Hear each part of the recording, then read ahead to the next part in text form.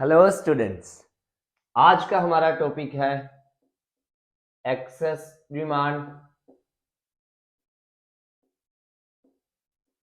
And deficit demand. Excess demand and deficit demand.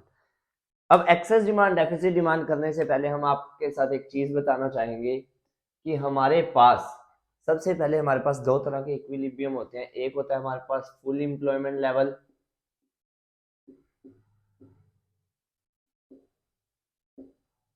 एक होता है हमारे पास अंडर एम्प्लॉयमेंट लेवल।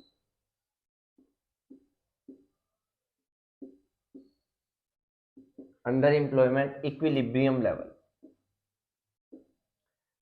क्या होता है? बेसिकली फुल एम्प्लॉयमेंट लेवल जब हमारी सेविंग इक्वल होती है इन्वेस्टमेंट के और एडी इक्वल होती है एएस के, एंड जो हमारी इकोनॉमी में रिसोर्सेज हैं, जो क्या है हमारे रिसोर्सेज फुली यूटिलाइज्ड है। क्या है?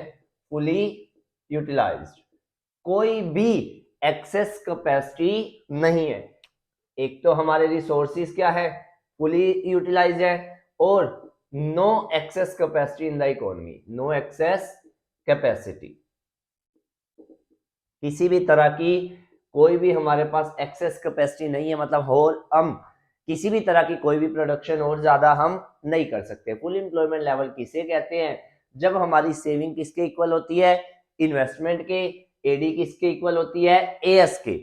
लेकिन साथ के साथ सारे के सारे जो रिसोर्सेज होते हैं वो फुली यूटिलाइज होते हैं। कोई भी एक्सेस कैपेसिटी इकोनॉमी में नहीं होती। एक्सेस कैपेसिटी नहीं होने का मतलब है कि अब हम किसी भी तरह की और प्रोडक्शन हम नहीं कर सकते।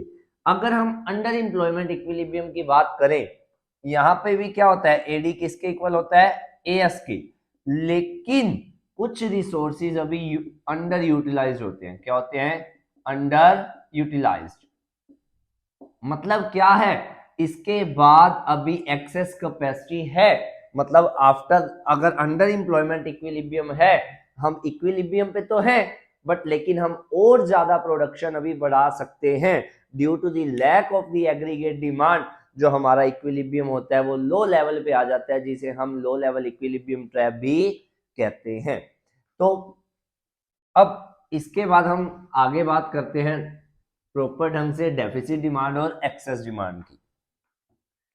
क्या होता है कि अगर हम बात करें एक्सेस डिमांड की, क्या होता है हमारी एक्सेस डिमांड? एक्सेस हमारे पास दो तरह की एग्रीगेट डिमांड होती है। एक होती है हमारी फुल एम्प्लॉयमेंट लेवल वाली, और एक होती है जो एक्चुअल में है। जो कौन सी? हमारी actual aggregate demand.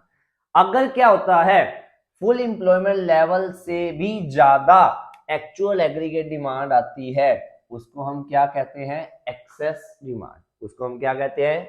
Excess demand.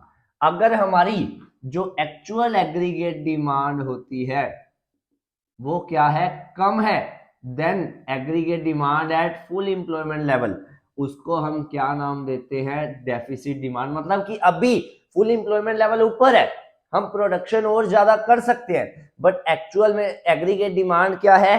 कम है। उसको हम क्या कहेंगे? Deficit demand. जब हमारी एक्चुअल में जो एग्रीगेट डिमांड है फुल एम्प्लॉयमेंट लेवल से भी ज्यादा आ रही है, उसको क्या कहते हैं हम? Deficit demand. इसको हम छोटे से एक एग्जांपल से करते हैं। सपोज करो कोई भी एक समोसे वाला है, वो क्या करता है? 100 समोसे बनाता है, मतलब वो प्लान करता है कि 100 ही बनेंगे, लेकिन एक्चुअल में डिमांड क्या आ जाती है? उससे ज्यादा आ जाती है, 200 की आ जाती है। एक्चुअल में डिमांड क्या आ गई? ज्यादा, 200 की। बट फुल एम्प्लॉयमेंट लेवल 100 ही है, तो वो उससे ज्यादा नहीं बढ़ा सकता। तो उससे ज्यादा की जो एक्चुअल डिमांड आती है उसे क्या कहते हैं हम? Excess demand. और इधर उल्टा है, अगर अपोजिट है, हम क्या बात करें कि अगर उसने प्लान किया था कि मेरे 200 समोसे जो है वो बिक जाएंगे, सेल हो जाएंगे, इसीलिए ये फुल एम्प्लॉयमेंट लेवल है, बट एक्चुअल में जो डिमांड है उससे कम आती है, तो उसका कुछ अनसोल्ड स्टॉक बचा रह जाता है, तो उसे हम क्या कहते हैं?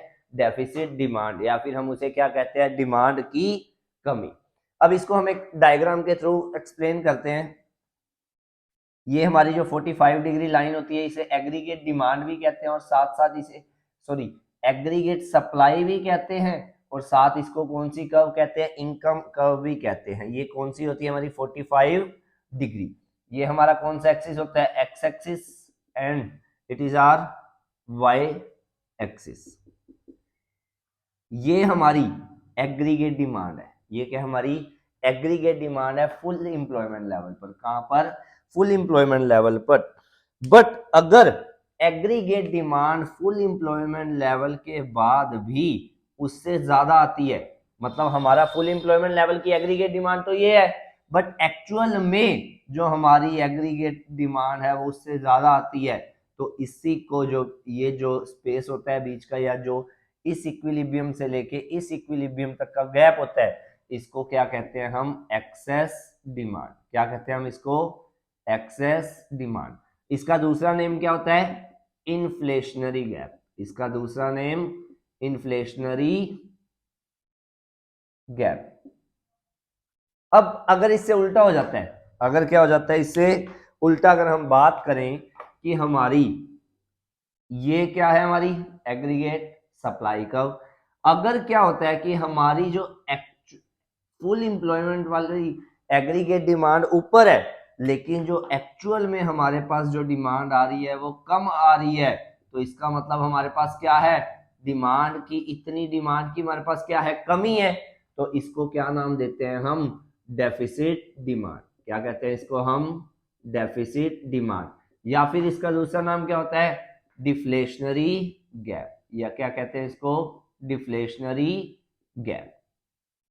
इसके बाद जो नेक्स्ट वीडियो आएगी उसमें हम इसको डिफाइन करेंगे कि हमारा जो एक्सेस डिमांड और डेफिसिट डिमांड का हमारा इनकम पे, आउटपुट और एम्प्लॉयमेंट पे क्या इंपैक्ट पड़ता है, या हमारी एक्सेस डिमांड के क्या कॉजेज होते हैं और हमारी डेफिसिट डिमांड के क्या कॉजेज होते हैं। Thank you.